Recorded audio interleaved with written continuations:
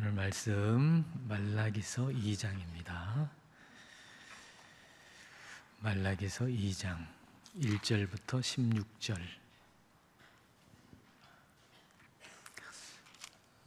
한 절씩 우리 봉독하겠습니다. 너희 제사장들아, 이제 너희에게 이같이 명령하노라. 만군의 여호와가 이르노라. 너희가 만일 듣지 아니하며 마음에 두지 아니하여 내 이름을 영화롭게 하지 아니하며 내가 너희에게 저주를 내려 너희의 복을 저주하리라. 내가 이미 저주하였나니 이는 너희가 그것을 마음에 두지 아니하였습니다. 보라, 내가 너희의 자손을 꾸짖을 것이요 똥 곧 너희 절기의 희생의 똥을 너희 얼굴에 바를 것이라. 너희가 그것과 함께 제하여 버림을 당하리라. 만군의 여호와가 이르노라. 내가 이 명령을 너희에게 내린 것은 레위와 세운 나의 언약이 항상 있게 하려 함인 줄을 너희가 알리라.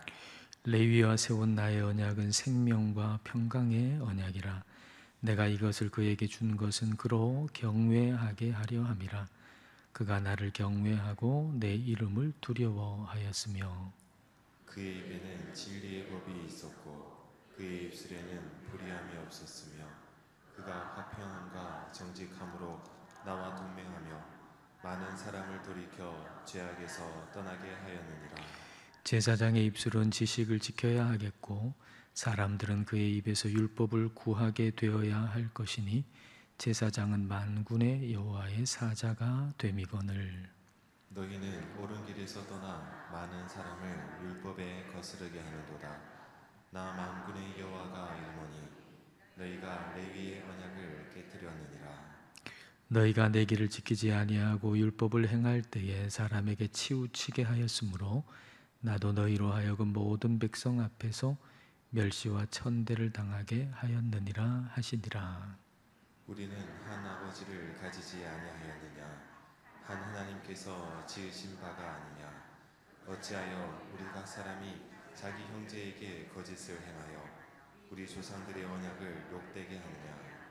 유다는 거짓을 행하였고 이스라엘과 예루살렘 중에서는 가증한 일을 행하였으며 유다는 여호와께서 사랑하시는 그 성결을 욕되게 하여 이방신의 딸과 결혼하였으니 이 일을 행하는 사람에게 속한 자는 깨는 자나 응답하는 자는 물론이요 만군의 여호와께 제사를 드리는 자도 여호와께서 야곱의 장막 가운데에서 끊어버리시리라.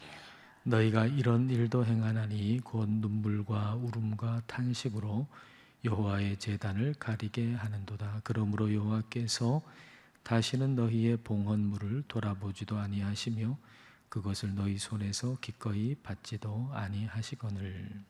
너희는 이르기를 어찌 됨이니까 하는도다.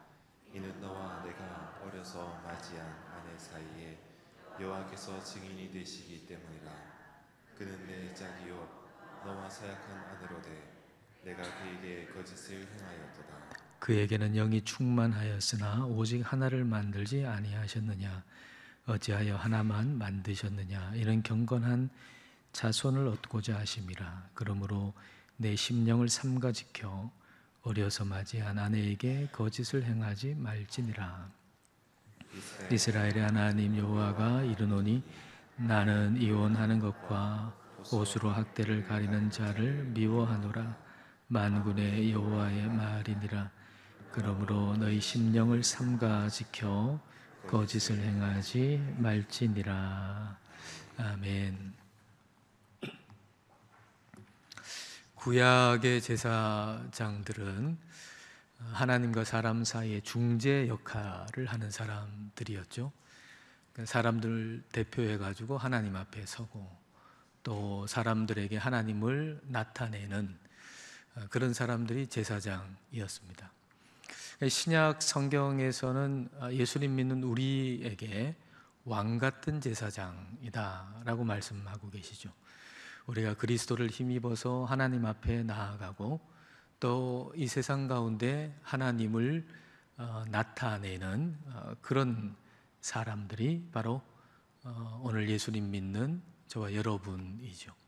그러니까 오늘 말씀은 제사장에게 하시는 말씀인데 오늘 우리에게 적용할 수 있는 말씀입니다. 그러니까 오늘 이 말씀을 나한테 주시는 말씀으로 우리가 받기를 원합니다. 자, 1절과 2절 말씀 자, 함께 읽겠습니다. 너희 제사장들아 이제 너희에게 이같이 명령하노라. 만군의 여호와가 이르노라. 너희가 만일 듣지 아니하며 마음에 두지 아니하여 내 이름을 영화롭게 하지 아니하면 내가 너희에게 저주를 내려 너희의 복을 저주하리라. 내가 이미 저주하였나니 이는 너희가 그것을 마음에 두지 아니하였음이라. 이 제사장들을 향해서 하나님께서 말씀하시는 가장 큰 문제는 마음에 두지 않았다는 거예요. 마음에 두지 않았다. 하나님 이름 영광 올리는 것, 하나님 이름의 영광을 올리는 것을 마음에 두지 않았다. 이걸 지금 하나님께서 제사장들에게 가장 큰 문제로 지금 말씀하고 계신 겁니다. 사람에게 가장 귀한 자리는 마음이잖아요. 우리에게 있어서 가장 귀한 자리는 마음이에요. 마음. 그러니까 귀한 것은 귀한 자리에 둬야 하는 거죠.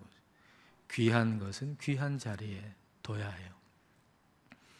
제가 아는 어떤 미술가가 계신데 아주 유명한 미술가예요.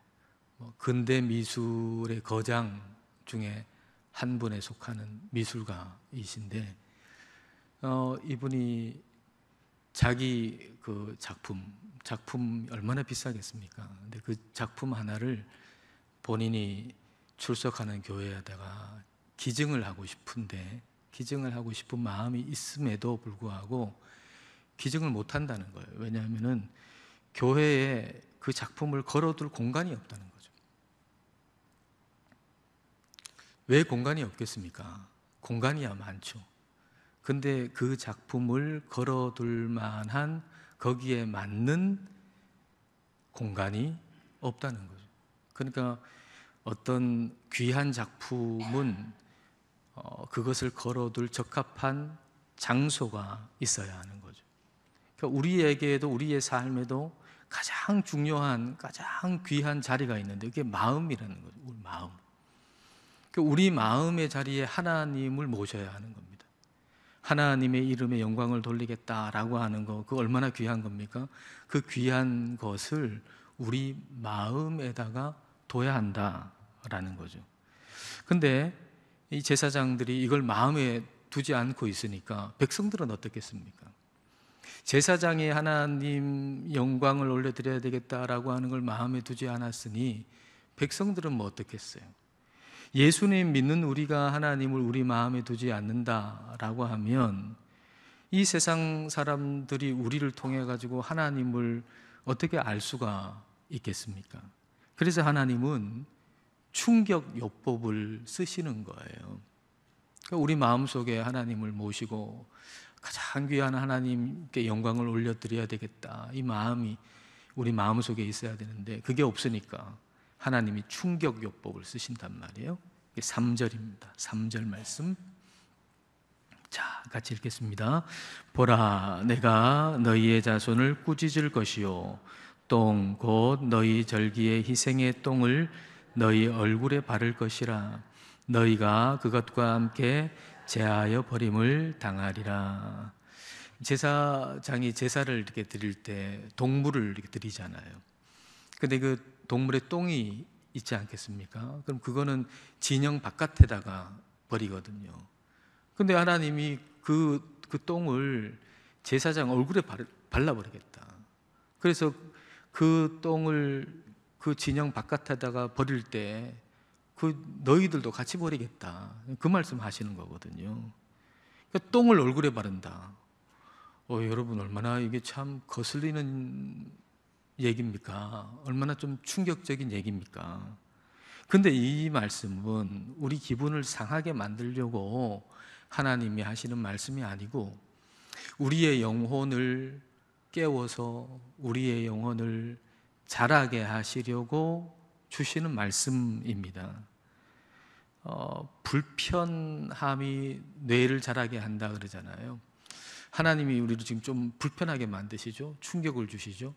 근데 그 불편함이, 그 충격이 뇌를 자라게 한다 그러잖아요. 근데 우리의 뇌가 다 고정된 게 아니고 계속 자란대요. 근데 언제 자라냐? 불편할 때, 충격받을 때. 단식을 하면, 밥 잘 먹던 사람이 단식을 하면 충격이 되겠죠. 그래서 뇌가 자란다는 거예요. 따뜻한 물로 샤워를 이렇게 하다가 갑자기 찬물로 딱 끼얹어질 때, 그때 뇌가 자란다는 거예요. 그러니까 하나님이 지금 우리한테 충격을 주시고 불편함을 주셔서 우리의 영혼을 깨우시고 우리의 영혼을 자라게 하시는 거죠. 그러니까 우리의 삶의 불편함을 우리가 이런 관점에서 한번 볼 필요가 있습니다. 우리의 삶의 불편함, 뭔가 불편한 얘기를 들었을 수도 있고요. 어떤 불편한 상황이 우리에게 있을 수도 있겠죠. 근데 이와 같은 불편함을 통해서 하나님이 나를 깨우시고 내 영혼을 자라게 하신다라고 하는 것을 우리가 한번 생각해 볼 줄 안다면, 그 불편함이 있는 그 상황 뒤에 하나님이 우리를 향한 그 지극한 마음, 그걸 우리는 볼 수가 있게 될 겁니다. 하나님은 이렇게 우리를 불편하게 해서라도 우리를 변화시키기를 원하시는 거죠. 우리 변화되지 않은 채로 그냥 가만히 있는 걸 하나님은 원치 않으시고, 우리를 불편하게 만드셔서라도 우리를 변화시키기를 원하세요. 그럼 하나님께서 우리에게 원하시는 모습은 어떤 모습인가? 자, 5절부터 7절 말씀에 하나님이 우리에게 원하시는 모습이 뭔가 기록되어 있습니다. 자, 함께 읽겠습니다. 레위와 세운 나의 언약은 생명과 평강의 언약이라. 내가 이것을 그에게 준 것은 그로 경외하게 하려 함이라. 그가 나를 경외하고 내 이름을 두려워하였으며 그의 입에는 진리의 법이 있었고 그의 입술에는 불의함이 없었으며 그가 화평함과 정직함으로 나와 동행하며 많은 사람을 돌이켜 죄악에서 떠나게 하였느니라. 제사장의 입술은 지식을 지켜야 하겠고 사람들은 그의 입에서 율법을 구하게 되어야 할 것이니 제사장은 만군의 여호와의 사자가 됨이거늘. 하나님께서 택하신 사람은 말이나 행동에서 하나님이 다스리고 계시다는 게 드러나야 한다는 겁니다. 그러니까 세상 사람들하고 똑같이 살아가는 것이 아니고 세상 사람들과는 구분된 방식으로 살아서 하나님이 계시다, 하나님이 우리를 통치하고 계시다, 하나님이 이 세상을 통치하고 계시다라고 하는 것을 세상으로 하여금 알 수 있도록 하기 위해서 제사장을 세우신 거죠. 하나님께서 지금 여기 계시다라고 하는 걸 항상 의식하고 그렇게 말하고 그렇게 행동함으로 말미암아서 다른 이들도 하나님을 의식하게 만들려고 하나님께서 제사장을 세우신 거죠. 저와 여러분을 세우신 거죠. 그러니까 이게 제사장이 받는 복이에요. 제사장이 받는 복은 뭔가 하면 하나님을 의식하며 사는 복. 직분자한테 적용할 수 있죠. 우리에게 왜 직분을 주셨나? 우리에게 직분을 주셔가지고 우리에게 주시는 복은 뭔가? 하나님이 우리에게 직분을 주셔가지고 우리에게 주시는 복은 뭔가 하면 이전보다 하나님을 더 의식하며 사는 복. 이게 우리가 받는 복이에요. 우리가 하나님을 믿어서 받는 복은 하나님이 여기 계시다는 걸 의식하며 사는 복이고, 또 직분을 주셨다 그러면은 그게 받는 직분을 받아서 우리가 얻는 복은 이전보다 더욱더 하나님을 의식하면서 살아가는 복, 이게 우리가 받는 복인 겁니다. 그러니까 보이는 어떤 것보다도 하나님이 나와 가까이 계시다는 것을 늘 의식하면서 살아가는 것, 그게 복인 거죠. 근데 제사장들이 하나님보다는 사람을 좀 더 의식하고 있는 겁니다. 자, 8절과 9절입니다. 자, 같이 읽을까요? 너희는 옳은 길에서 떠나 많은 사람을 율법에 거스르게 하는도다. 나 만군의 여호와가 이르노니 너희가 레위의 언약을 깨뜨렸느니라. 너희가 내 길을 지키지 아니하고 율법을 행할 때에 사람에게 치우치게 하였으므로 나도 너희로 하여금 모든 백성 앞에서 멸시와 천대를 당하게 하였느니라 하시니라. 율법을 행할 때 사람에게 치우치게 행했다라고 했습니다. 제사장들이 하나님 의식하는 것보다 사람을 의식하는 거죠. 하나님 말씀이 여기 있으면 사람이 그 말씀을 따라가야 되잖아요. 그런데 사람이 있는 위치에다가 말씀을 이렇게 자꾸 이렇게 끼워 맞추는 거예요. 왜 그렇게 하겠어요? 사람들이 인정을 받기 위해서죠. 자신이 드러나기 위해서죠. 그러니까 하나님 말씀을 따라가지고 사람이 가도록 하지 않고 말씀에 그냥 이렇게 사람에게 말씀을 이렇게 맞추는 거예요. 제사장들은 나사 역할을 하는 사람 아닙니까? 나사 역할. 하나님께 사람들이 잘 붙어 있도록 하는 거죠. 나사 역할을 해가지고 사람들이 하나님과 잘 붙어 있도록 하는 건데, 그러려면은 나사가 보이면 안 되죠. 나사가 잘 조여져 있으면 나사는 안 보여요. 근데 이 나사가 자기 역할을 못하니까 느슨해져가지고 풀려 있으니까 나사가 보이잖아요. 나사가 드러나잖아요. 그러면 어떻게 됩니까? 그럼 하나님과 사람들의 사이가 멀어질 수밖에 없는 거죠. 믿음의 사람들의 역할은 뭔가? 오늘 우리의 역할은 뭔가? 우리 직분자로서의 역할은 뭔가? 우리가 하나님의 사람으로 이 공동체 속에 있는데 우리의 역할은 나사 역할입니다. 나사 역할. 우리가 착각하는 것 중에 하나는 뭐냐면 우리가 드러나야 굉장히 우리가 열심히 뭔가를 하는 것으로 착각하는 경우가 많아요. 내가 이제 교회 공동체에서 뭐 좀 드러나야 내가 뭔가를 열심히 지금 하고 있다, 그렇게 생각한단 말이에요. 그렇지 않아요. 사실은 나사 역할을 잘하면 나는 드러나질 않아요. 그러나 교회 공동체가 하나님 안에서 하나가 되는 거예요. 그런데 그렇지 아니하고 나사가 풀려가지고 자기가 막 드러나면은 이게 하나님하고 하나가 되질 않고 막 제각기 움직일 수밖에 없단 말이에요. 그러니까 우리가 해야 할 역할은 바로 이 나사 역할이에요. 오히려 하나님과 잘 붙어 있을 때 우리는 드러나지 않고 오히려 하나님 안에서 하나 되는 공동체가 되는 걸 우리는 경험하게 되는 거죠. 그런데 이 나사 역할을 해야 하는 제사장들이 자기를 드러내기에 바쁜 겁니다. 그러다 보니까 이 백성들도 다 제멋대로죠. 하나님으로부터 떨어져 나가가지고 다 제멋대로 해요. 자, 10절부터 11절 볼까요? 자, 함께 읽습니다. 우리는 한 아버지를 가지지 아니하였느냐? 한 하나님께서 지으신 바가 아니냐? 어찌하여 우리 각 사람이 자기 형제에게 거짓을 행하여 우리 조상들의 언약을 욕되게 하느냐? 유다는 거짓을 행하였고 이스라엘과 예루살렘 중에서는 가증한 일을 행하였으며 유다는 여호와께서 사랑하시는 그 성결을 욕되게 하여 이방 신의 딸과 결혼하였으니. 하나님이 우리 아버지시다, 하나님이 우리를 지으셨다라고 하는 게 분명할 때 공동체가 하나님 안에서 하나가 되잖아요. 왜냐하면 그 하나님께 신실할 때 하나님 우리 아버지셔, 하나님 우리를 만드셨어, 하나님한테 신실할 때, 그럴 때 사람들 사이에도 신실할 수 있거든요. 근데 하나님을 향한 신실함을 우리가 잃어버리면은 사람을 향한 신실함도 잃어버릴 수밖에 없습니다. 그래 이 공동체라고 하는 것이 와해될 수밖에 없죠. 공동체가 와해되는 것은 결국은 하나님에 대한 신실함을 잃었기 때문이에요. 그래서 서로를 향한 신실함을 잃기 때문이죠. 근데 그 신실함을 잃어버리는 게 어디로 연결되는가 하면은 결혼과 가정으로 연결되는 거예요. 근데 교회가 아름답게 세워지면 가정도 아름답게 세워져요. 연결돼 있어요.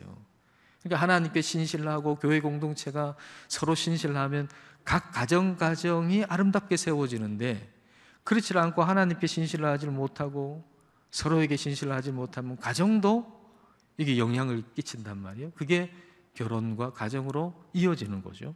자, 13절 말씀 보십시오. 자, 13절 읽습니다.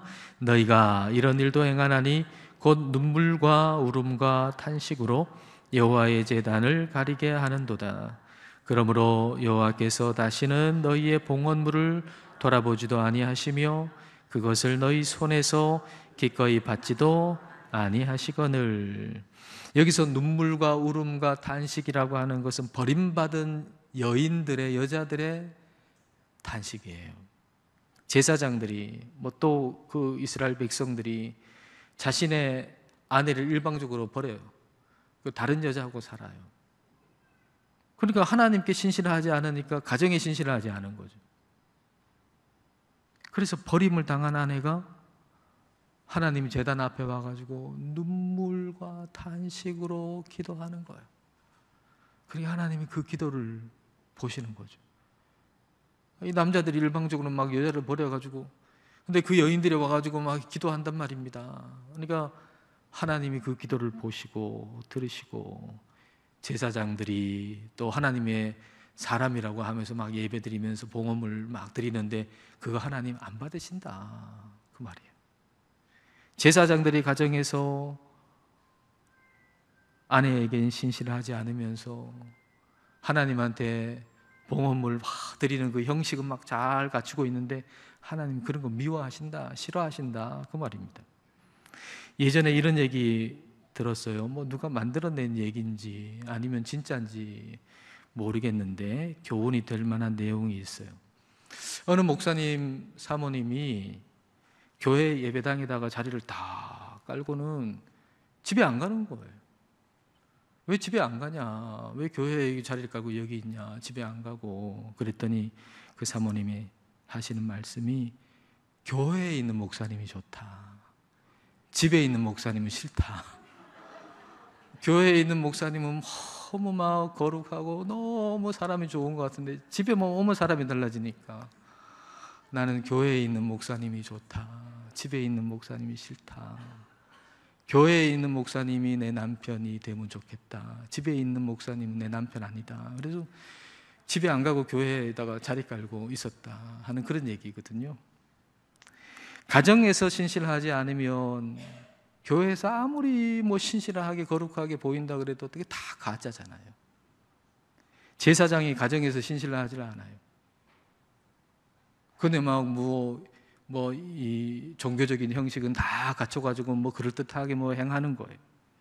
근데 하나님 그거 받지 않으신다, 그런 말이에요. 하나님께 신실함은 교회에서만 아니고 가정에서도 나타나야 된다는 겁니다. 자, 14절 15절 볼까요? 14절 15절 함께 읽습니다. 너희는 이르기를 어찌 됨이니까 하는도다. 이는 너와 내가 어려서 맞이한 아내 사이에 여호와께서 증인이 되시기 때문이라.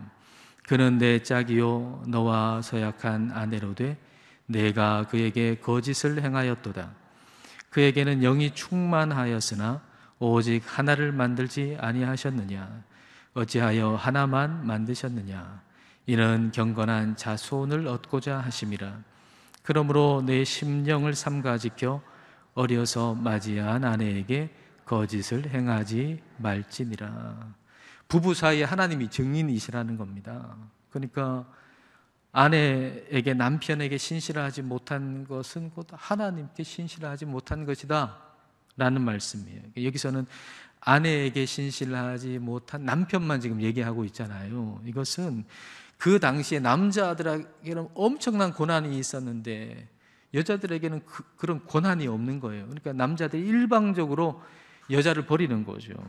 그리고 젊은 여자 만나는 거예요. 하나님께서 말라기를 통해서 이렇게 말씀하세요. 왜 하나님이 아담을 만드신 다음에 아담의 배필이 될 여자를 한 명만 만드셨느냐?